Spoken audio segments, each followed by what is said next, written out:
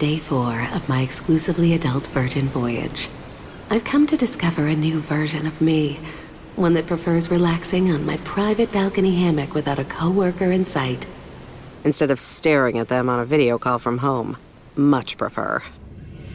Come set sail on an award-winning adult Sony voyage.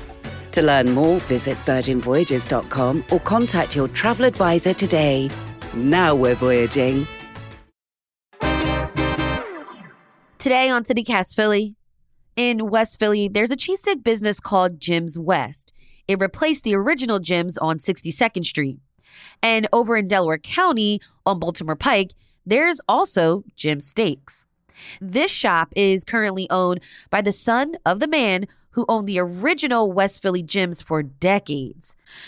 Did you get all that? Yeah, it's a bit confusing when both restaurants use the name Jim's. Now, lawsuits are flying over who can use the name of this legendary cheesesteak business. It's Tuesday, February 20th. I'm Trenae Nuri, and here's what Philly's talking about.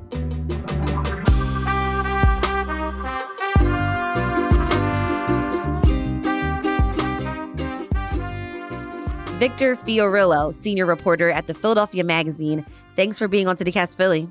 Thanks for having me. Before we get into this legal battle, Victor, you've been writing about these two cheesesteak businesses for a while, but I've got to ask you, are the cheesesteaks from West Philly and Delco worth fighting over? That is a good question.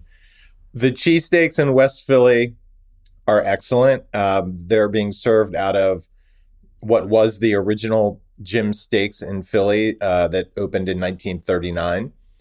I will have to say, regrettably, that the ones in Delco pale in comparison. Gotcha. Okay. Now, let's sort of go into a time machine, and we're going to go back to 1939, where the original Jim's Steaks was located. The original Jim's is on a quiet little block in West Philly. When I say West Philly, I'm not talking about Penn and Drexel. I'm talking about deep, deep, deep West Philly, like 62nd Street, West Philly. I actually live right near there. That's where the original Jim's was, and it opened in 1939. Pat's Steaks, the famous South Philly cheesesteak spot, they invented the cheesesteak, or rather the steak sandwich, in the mid-30s. I mean, what made Jim's Steaks different from Pat's? Well, you know, all cheesesteak places have different ways of doing things. They use different rolls. They use different chop in the meat. Some places chop their meat real fine. Some places have bigger chunks. Some places tend not to chop at all. Types of cheese used, of course. The onions. Some people slice their onions. Some people dice them. So there's plenty of room for plenty of cheesesteak shops, as we have proven in Philadelphia, where there's a cheesesteak shop on every corner. Jim's on 62nd Street. We don't really know if it's the second cheesesteak shop in Philly, but we're pretty sure that it was, and we know that it opened in 1939. Victor, tell me about the reputation of the Jim's in West Philly. Oh, yeah, it had an amazing reputation. I moved in to the Jim's West area maybe in 2005, and I would say that it was still going strong then. It was definitely very popular, mostly as a late night kind of spot. And then Bill Proetto, the original owner, passed away. There was an estate, et cetera, and things just kind of fell apart. And finally, and we know that in 2019, it ceased doing business. But it was truly a neighborhood icon. Okay. And then there's a guy named Cortez Johnson. He now owns the original Jim's, where the original Jim's Steaks was, and he replaced it with a similar name. So, Victor, why would Johnson reopen Jim's in West Philly? So Cortez is a young guy, very Instagram savvy, completely different than the sort of old school Jim's guys. So young, cool guy. He grew up around the corner from Jim's on 62nd Street. And Cortez comes along last year and says he wants to open his own cheesesteak spot there. He grew up eating the cheesesteaks. He even was able to find the old cooks from when it shut down Wow. And he said, I'm going to open a cheesesteak shop and I'm going to bring back the original cooks. The whole time he intends to call it Jim's West or some version of that. Last year, he buys the building from the family of the guy who took over the original Jim's Steaks back in the 60s, Bill Proetto. So Cortez literally grew up in the neighborhood where he probably ate some of these cheesesteaks. And then as an adult, he, gets the money together and buys the building from the family that ran what we know as the original Jim Steaks. That's right. And one of the brothers in that family is the operator of the Jim Steaks in Delco in Springfield, Delaware County. So the Delco location is run by Carl Proetto, one of the Proetto brothers from the original Jim's family. And he and his other brothers sell the building that Jim's West Philly was in for decades to Cortez Johnson. Cortez goes and opens up Jim's West there over Labor Day weekend last year. Well, all of a sudden, he starts getting cease and desist letters from Carl Proetto of the Delco Gyms saying, nah, you can't open a Jim's here. You can't use the name. It's illegal. You're violating my rights. And the two go to court about it. I went to the court hearing in September. And it seemed like a pretty open and shut case, right? Because there was this document that said on it that no business called Jim's could ever exist at that location on that street in West Philly. And it didn't just say that Cortez Johnson could never open anything called Jim's there. It basically said for all eternity, anybody who comes into this property, who owns this property, who inherits this property, for all perpetuity, eternity, cannot open a Jim's here. Seems like a pretty open and shut case. 2-hour hearing. Cortez wins at the end of the case. Cortez revealed at that hearing that there's actually a second document that doesn't say that at all. And Cortez claims he never saw the first document with this prohibition in it. Now, on top of that, Cortez, who now fortunately has a lawyer, Cortez's lawyer argues now that the agreement, which basically says there can never, ever, ever in a billion years be a Jim's here, he said that that's a clause that makes the whole contract null and void because it's basically a frivolous idea. You can never say that here is a contract that says that 2 billion years from now, there can't be a Jim's here, which is effectively what the contract was trying to say. More on the beef between these two cheesesteak businesses after the break. This is CityCast Philly.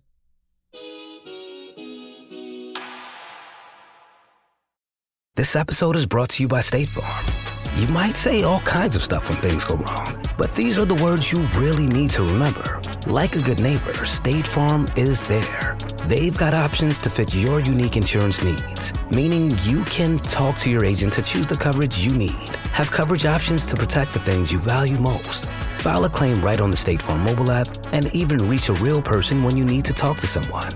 Like a good neighbor, State Farm is there.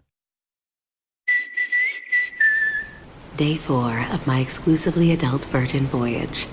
I've come to discover a new version of me, one that prefers relaxing on my private balcony hammock without a coworker in sight, instead of staring at them on a video call from home. Much prefer. Come set sail on an award-winning adult Sony voyage. To learn more, visit virginvoyages.com or contact your travel advisor today. Now we're voyaging. Let me just make sure I get this right. Carl takes Cortez to court and says, hey, you can't, kind of cease and desist, you can't use our name. And then it actually turns out that the judge ruled in Cortez's favor. That's right. He ruled against, I guess more accurately, he ruled against Carl Proetto, who at that point was simply seeking a preliminary emergency injunction that would have forced Cortez to shut down or at least stop using the name Jim's. Victor, this is kind of mind-blowing how all of this is kind of evolving. What's been Cortez Johnson's response to Carl Proetto's lawsuit? Johnson has kind of laughed the whole thing off. I mean, he has a lawyer, but the community is on his side. He's won the public relations battle. He knows how to use Instagram. He gets all the Philly rappers to come in late at night. He puts out all these reels. Everybody loves him. Everybody loves the sandwiches. And Carl Pareto is kind of rotting away over there in Delco, serving not particularly good sandwiches, but he's moving forward. He could have chosen to not move forward with the case after the judge ruled against him back in September. But now he's gone and filed a full-blown lawsuit against Johnson, claiming things like breach of contract, unjust enrichment, things like that. Because he argues that he doesn't want someone else to profit over his family's cheesesteak legacy. That's right. He says that Cortez is illegally using the name Jim's. Now, Victor, I'm sure you've heard from readers and cheesesteak lovers. What have they told you? What have you heard? Should Johnson just change the name of his West Philly restaurant? Or do people think that he has a legal right to that name, Jim's? The general vibe that I get in talking to people is that Carl Pareto should just let Cortez go on doing what he's going to do. Carl Pareto's in Springfield, Delaware County with the Jim's. People in Springfield aren't driving to 62nd Street in Deep West Philly. We just kind of know that anecdotally. So it's not like Jim's in Springfield is losing a lot of money to the Jim's on 62nd Street. And Carl Pareto has kind of come off like a rich old dude in this whole thing, kind of a bully. Johnson, again, is winning the social media and public relations battle here. And there's certainly some paperwork that seems to suggest that he could legally use Jim's West, which is what he's currently using. But, ultimately, a judge or jury is going to have to sort through all this. I'm wondering if it'll even get to trial. It's obviously costing Pareto a lot of money to litigate this. And it's by all accounts, except maybe Carl Pareto's, by all accounts, Cortez Johnson is doing a fantastic job with the original Jim Steaks location in Philadelphia. And I think it's also important to note that he's brought life back to a block that is a very desolate block. You drive around there before he reopened Jim's, there is nothing going on. And now he's brought a robust business to the community. There's lines down the street and around the block. So he's doing a great job. And also I should mention that at least one, if not both, of the other Pareto brothers are actually working with Johnson on the 62nd Street project. So it's only Carl Pareto that's making us think about this. Wow. Okay. So we won't know what happens in this case, in this beef battle, until later this year? That's right. We're looking at probably sometime around September. It's all going to come down to what happens in court with these different documents. There's going to be a lot of legalese spoken, contract law. There's these two separate pieces of paper, one of which might not be enforceable. And now it's also worth noting that Johnson has filed a countersuit against Pareto because, of course, who wouldn't file a countersuit in a great cheesesteak battle? He's claiming that Pareto has been slandering him and defaming him by lying about the nature of their agreement. So both men are now suing each other. But I do know that I would highly recommend you try the original Jim's West cheesesteaks. They're quite good, even if they are served on Amoroso rolls. Wait a minute. Is that something wrong? Cheesesteak snobs would tell you that an Amoroso roll does not hold up to a cheesesteak. That, it's all about the bread and they have their preferences, whether it's Lissio's or Sarcone's. There's lots of other bakeries. Well, you just taught me something new because I grew up knowing and loving Amoroso rolls. Yeah, they don't bother me, but, cheesesteak snobs have their beef with Amoroso. Now, I grew up in this city. I also grew up in Delco. So I know Jim's Steaks on South Street. Are Jim's Steaks on South affiliated with these two spots? So the most famous Jim's Steaks in Philadelphia is the one on South Street, which is currently closed due to a devastating fire. I think they're expected to reopen later this year. Proetto partnered with a guy to open that spot. Proetto died, and that guy just took all the shares of that spot. So he's got no horse in this particular race. But he's allowed to use Jim's steaks. So it brings up the other argument here, which is there is no federal trademark on Jim's steaks. They tried to get it at one point, I don't know, many years ago, and they never followed through with all the paperwork. Yeah, and it's also weird too. Like, it's weird that the one brother is going after Cortez, who essentially is keeping the name, and also, ironically, it's still a cheesesteak business, but did not go after the gyms on South Street. That's right. Okay. Yeah. No, the gyms on South Street, no one's touching that. No one's touching that.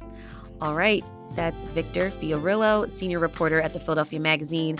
Victor, thanks so much for breaking this down and for joining me on CityCast Philly.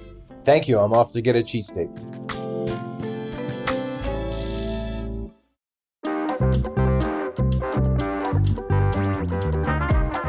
That's all for today here on CityCast Philly. If you enjoyed this episode about the beef between these two cheesesteak spots, tell a friend, rate the show, leave us a review, and hit that subscribe button. Be sure to sign up for our morning newsletter, Hey Philly, to learn more about what else Philly's talking about. We'll be back tomorrow morning with more news from around the city. Bye.